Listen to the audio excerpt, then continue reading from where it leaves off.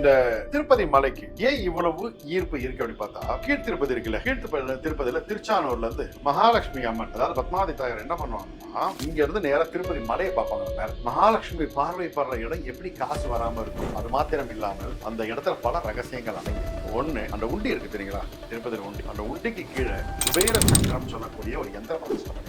இது மாத்திரம் இல்லாமல் பெருமாள் நிக்கிறார் இல்லையா, அவர் பாதத்துக்கு கீழே என்ன இருக்கிறதுனா ஒரு சித்தருடைய சமாதி.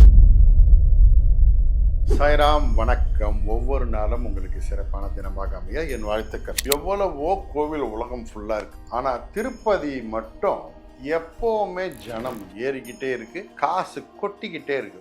அது என்ன திருப்பதியில மட்டும் அவ்வளவு காசு கொட்டுது? இந்த கேள்வி எல்லாருக்குமே இருக்குல்ல.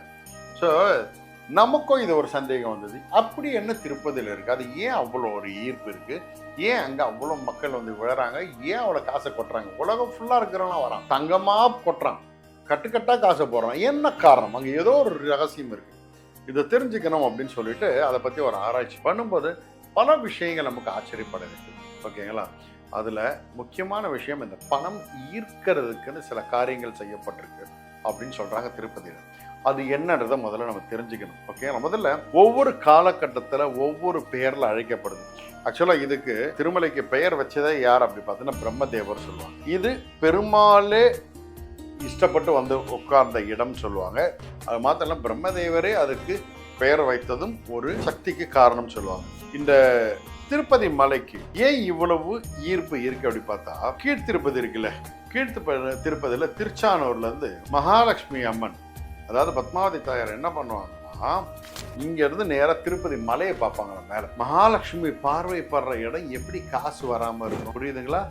நம்ம பார்க்குற பார்வைக்கு பணம் கொட்டதனங்க செய்யணும். அது மாத்திரம் இல்லாமல் அந்த இடத்துல பல ரகசியங்கள் அடங்கியிருக்கு. ஒன்று, அந்த உண்டி இருக்கு தெரியுங்களா, திருப்பதியில் உண்டி. அந்த உண்டிக்கு கீழே குபேர சக்கரம் சொல்லக்கூடிய ஒரு யந்திர பிரதிஷ்டை பண்ணியிருக்காங்க. பணத்தை அதில் போடுறவனுக்கும் நிறைய வருமானம் வரும். அதை திருப்பதி போயிட்டு வந்தால் நிறைய காசு வரும்னு சொல்லுவாங்க. முதல்ல அது காரணமாக தான் அந்த உண்டியில் பணம் போடுறவனுக்கு காசு நிறைய வரும், இது ஒன்று சொல்லுவாங்க. அது மாத்திரம் இல்லை, பெருமாளை பார்த்துட்டு வெளில வருவீங்க பார்த்தீங்களா, அங்கே பார்த்தீங்கன்னா பரமபத வாசல் இருக்கும், அதுக்கு எதிர்க்க பார்த்தீங்கன்னா கிணறு இருக்கும், அது குபேர கிணறுன்னு சொல்லுவாங்க. ஓகேங்களா? சுற்றி சுற்றி இருக்கிறது குபேரருடைய இடம். ஸோ அது ஒரு மிகப்பெரிய ஒரு ஈர்ப்பு, தனம், பணம் வர. ஓகேங்களா? இது முக்கியமான காரணங்கள் சொல்லப்படுது. அது மாத்திரம் இல்லாமல் பெருமாள் நிற்கிறார் இல்லையா, அவர் பாதத்துக்கு கீழே என்ன இருக்காரு தெரியுமா, ஒரு சித்தருடைய சமாதி இருக்கு. கொங்கண சித்தருடைய சமாதி பெருமாளுக்கு கீழே தான் இருக்கு. 18 சித்தர்களில் ஒருவர். எவ்வளோ ஒரு விசேஷம். திருப்பதியுடைய விசேஷம் ஒன்று சொல்றேன் பாருங்க. 11 மணி நேரம் அந்த மலை மீது இருந்து பிரார்த்தனை செய்தால் காரியங்கள் வெற்றியடையும், நல்ல தனதானியம் வரும்னு சொல்லுவாங்க. 11 மணி நேரம் அந்த மலைக்கு மேலே இருக்கணும். அதனாலதான் இரவு தங்கணும்னு சொல்லுவாங்க. புரியுதுங்களா?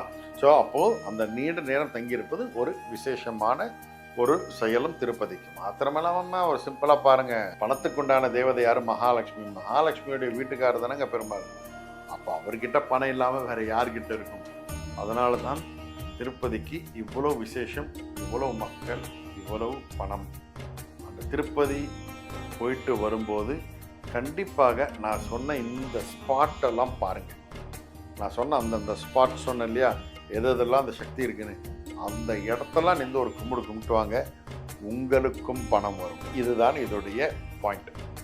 நல்லது நடக்கும், நல்லது மாத்திரமே நடக்கும். சாயந்தரம்.